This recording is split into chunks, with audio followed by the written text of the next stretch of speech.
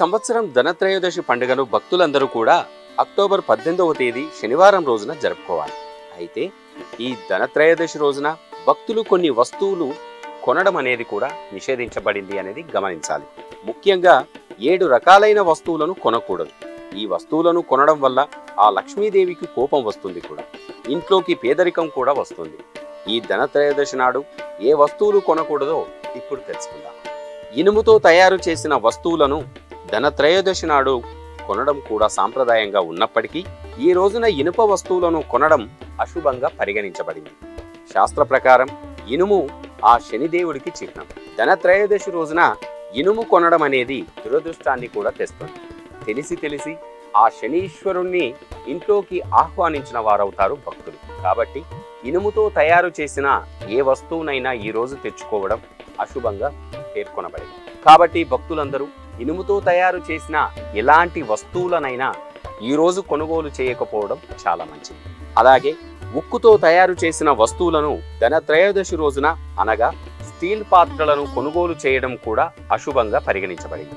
షాపింగ్కి వెళ్ళినప్పుడు ఇంట్లోకి కావలసిన వస్తువులలో ముఖ్యంగా స్టీల్ పాత్రలను మహిళలు సమయం సందర్భం లేకుండా కొనుగోలు చేస్తూ ఉంటారు.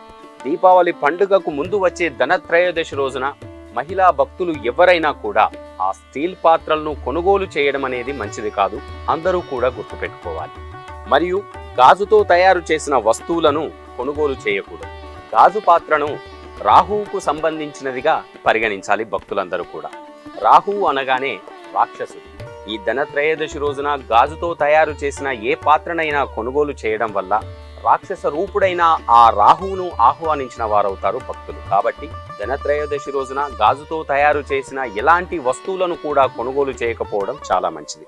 మరియు పదునైన వస్తువులు అనగా ఈ ధనత్రయోదశి రోజున భక్తులు సూదులు, కత్తెరలు, కత్తులు వంటివి పదునైన ఆయుధాలు కలిగినటువంటివి కొనుగోలు చేయడం కూడా మంచిది కాదు.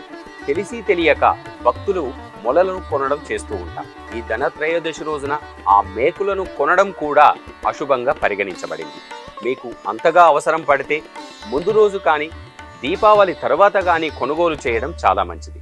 ఎట్టి పరిస్థితుల్లో ధనత్రయోదశి రోజున ఇనుముతో తయారు చేసిన వస్తువులు, పదునైన వస్తువులు, గాజుతో తయారు చేసిన వస్తువులను కొనుగోలు చేయకపోవడం చాలా మంచిది. ఒకవేళ కొనుగోలు చేస్తే సిరుల తల్లి శ్రీ లక్ష్మీదేవి ఆగ్రహానికి గురవుతారు భక్తులందరూ కూడా. అలాగే ఖాళీ పాత్రలు కూడా కొనుగోలు చేసి ఇంట్లోకి తీసుకురాకూడదు. ఒకవేళ మట్టితో తయారు చేసిన ఖాళీ పాత్రలు ఏవైనా అవసరం ఉండి తీసుకువస్తే ఆ పాత్రలో పలు రకాల పండ్లు, పలు రకాల పూలు, 5 రకాల కూరగాయలు వేసి ఇంట్లోకి తీసుకురావడం శుభం. ఖాళీ పాత్రను మాత్రం ఎట్టి పరిస్థితులలో ఇంట్లోకి తీసుకురాకూడదు ఈరోజు. ఇక ఈ ధనత్రయోదశి రోజున భక్తులు మరొకటి కూడా గుర్తుపెట్టుకోవాలి. నల్లటి వస్తువులను, నల్లటి దుస్తులను కొనుగోలు చేయడం కూడా అశుభంగా పరిగణించబడింది. నల్లని వస్తువులంటేనే అశుభకరమైనవిగా భావించాలి. కనుక ఈ ధనత్రయోదశి రోజున నల్లని వస్తువులు లేదా నల్లటి దుస్తులు కూడా కొనుగోలు చేయకూడదు. ఇక మరొకటి గుర్తుపెట్టుకోవాలి భక్తులందరూ కూడా, నూనె, నెయ్యి పదార్థాలు ఈ రెండింటిని కూడా ధనత్రయోదశి రోజున భక్తులు ఎవ్వరూ కూడా కొనుగోలు చేయకూడదు. నూనెను, నెయ్యిని కొనడం కూడా అశుభంగా పరిగణించబడింది. ఒకవేళ మీకు అవి అవసరమైతే ధనత్రయోదశికి ముందు రోజు కొనుగోలు చేసుకోవాలి, లేదా దీపావళి తర్వాత వాటిని కొనుగోలు చేసుకోవడం చాలా మంచిది. ధనత్రయోదశి రోజున నూనెను, నెయ్యిని కొనుగోలు చేసిన భక్తులు ఆర్థిక ఇబ్బందులు ఎదుర్కోవాల్సి ఉంటుంది. భక్తులు అందరూ కూడా గమనించాలి, గుర్తుపెట్టుకోవాలి. ప్రతి పండుగకు ఒక విశేషమైన ఫలితాలు ఉంటాయి. మనకు ధనం ఇచ్చేది ఆ సిరుల తల్లి శ్రీ మహాలక్ష్మీదేవి. ఆ తల్లికి జరిగే ఒక మహావేడుక దీపావళి పండుగ. దీపావళి పండుగ 5 రోజుల పాటు జరుపుకునే భక్తులు భక్తి శ్రద్ధలతో ఆ తల్లిని పూజిస్తే సకల సంపదకు ఆ తల్లి ఆదిదేవత, ఆ సంపదకు ఆ తల్లే అధిపతి.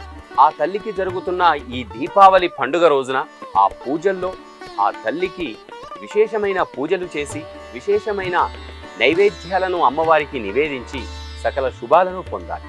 అమ్మవారు ఆగ్రహించే విధంగా మనం ప్రవర్తించి వస్తువులను కొనుగోలు చేసి ఇబ్బందులు పడకుండా శాస్త్రపరంగా ఏవైతే మనం చేస్తే అమ్మవారు సంతోషిస్తుందో వాటినే కొనుగోలు చేసి అమ్మవారికి నచ్చే విధంగా పూజలు చేసి అమ్మవారి మెండైన కరుణా కటాక్షాలను పొందుదాం.